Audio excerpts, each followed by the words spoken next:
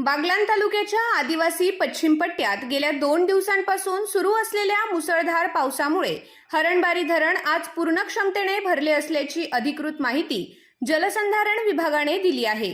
धरण भरल्याने मोसम खोऱ्यातील शेतकरी, नागरिक आणि पशुपालकांमध्ये समाधानाचे वातावरण निर्माण झाले असून यंदाच्या खरीप हंगामाला मोठा आधार मिळाला आहे।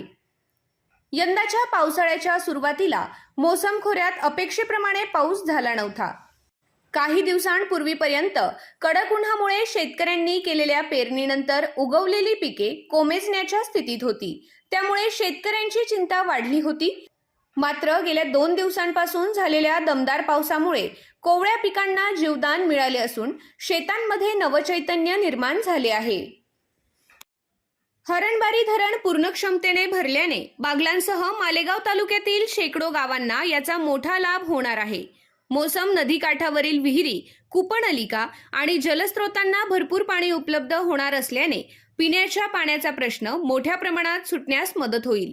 तसेच नदीकाठावरील शेतीला सिंचनासाठी पाणी उपलब्ध झाल्याने खरीप पिकांसह पुढील हंगामातील शेतीलाही याचा फायदा होणार आहे। हरणबारी धरण परिसर डोंगरदऱ्या आणि घनदाट जंगलांनी वेढलेला असल्यामुळे या भागात मोठ्या प्रमाणावर पर्जन्यवृष्टी होत असते, त्यामुळे हे धरण दरवर्षी तुलनेने लवकर भरत असल्याचा इतिहास आहे। मात्र धरणात मोठ्या प्रमाणावर गाळ साचल्याने त्याची जलसाठा क्षमता कमी होत असल्याची बाब स्थानिकांनी पुन्हा अधोरेखित केली आहे। धरणातील गाळ काढून खोली वाढवण्यात यावी अशी मागणी स्थानिक नागरिक आणि शेतकरी प्रतिनिधींनी केली आहे।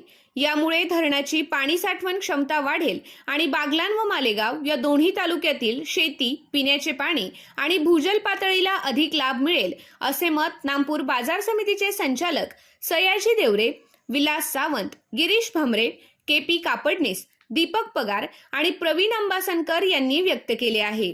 हरणबारी धरण पूर्ण क्षमतेने भरल्याने संपूर्ण मोसम खोऱ्यात आनंदाचे वातावरण असून शेतकरी वर्गाने समाधान व्यक्त केले आहे।